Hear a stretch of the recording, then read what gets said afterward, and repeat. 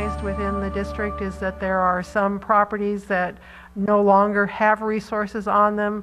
They are designated for industrial type uses, and so it is suggested that we may want to look at and consider a boundary adjustment for the district itself. One of the things that that SHPO, or the State Office of Historic Preservation, does provide is that when a resource is eliminated, that resource can be removed as an inventory list, and that's one of the things we'll be looking at doing.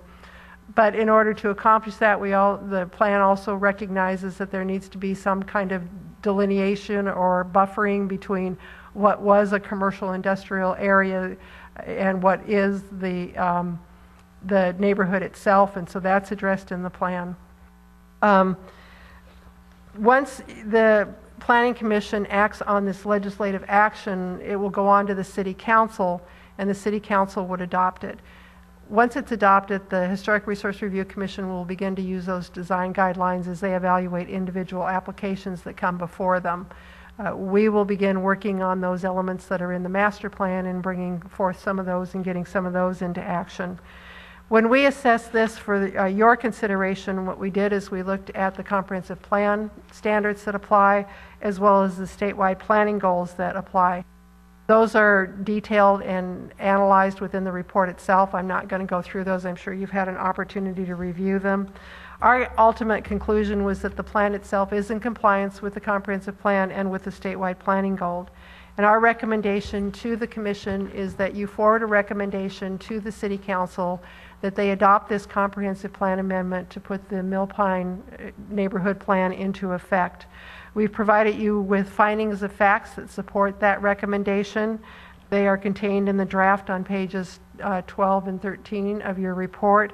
And we do have a suggested motion for adopting the recommendation on page 6 of your report. So with that, as I said, there are members of the Citizen Advisory Committee that are here that may want to provide input, as well as there are other individuals within the district that I'm sure want to address the Commission. So if I can answer any questions for you, I'll be glad to do so. Did I understand you correctly? This establishes kind of the policies for the district. From this, you're going to refine the actual outline of the district itself? No, the district is already set there. Within the plan itself, you'll see the district boundary has been set, but one of the goals that it addresses within the overall plan is that we really need to look at and reassess those boundaries. And so one of the things that we will be doing is we'll be looking at adjusting the boundaries to take those properties that no longer bear resources on them out of the district, because they don't add to the district itself. There's no resource on those properties. Are they part of the industrial? Yes, if you look at the map, those areas, they're all industrial. There is one corner that's zoned commercial, but they are all basically unimproved, vacant, or industrially developed properties. None of them are residential properties. The district itself was nominated as a historic resource in 1985, and it was done mostly based on it being a residential neighborhood that started at the time that the city got going as a railroad town, and it provided worker housing for the railroad as well as for other businesses within the city. And that's really the distinction. The period of significance for the district is really the late 1800s, early 1900s, up to about 1927. There's a later period when some additions and changes occurred, but the main period of significance is up to about 1927. Marion, since it's a historic district and we have a historic committee, now any construction currently has to go through the committee approval first, is that correct? That's correct. Any changes, alterations, new additions, demolition, anything that occurs to any exterior of a property within a historic district is subject to review by the city's Historic Resource Review Commission. That has to occur before building permits can be issued. Up until this time, there really hasn't been any standards to review those applications. It's just been on a case-by-case basis. This document will provide the Commission with a set of standards that it can now judge those applications against.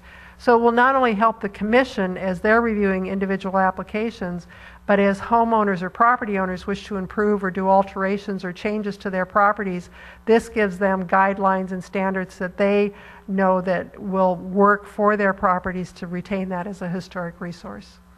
And that was one of my concerns. I was wondering whether or not adopting the plan might make the development process more cumbersome, but it actually looks like it's going to make it more clear what would work.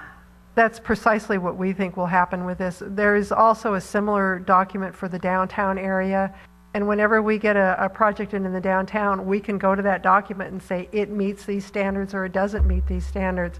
Now, they are guidelines. They're not adopted code requirements, but they are guidelines that give the HRC some idea of what they're judging these projects against. Thank you. I'm just curious, what type of impacts, if any, would be on the industrial properties in the area based on this proposal? On the proposal, what will happen, and I don't have a slide of the master plan, but it is in your packet. If we go forward as suggested, we would be going to SHPO and saying those properties, and their majority of them are on the west side of the alley that's between Short and Mill Street. And they're zoned M2, they're industrial. They're now within the historic district, but they are vacant of resources. So if we adjust the boundary and take them out of the district, they will no longer be subject to having a new building built on those lots subject to the design criteria that are in this historic plan. The historic plan governs the design of the district, not the use of the district. The zoning governs the use. So whether the plan's in effect or not in effect, the zoning remains the same. So this just means that you're not trying to create a historic resource on a vacant industrial lot, which is pretty difficult to do. Thank you.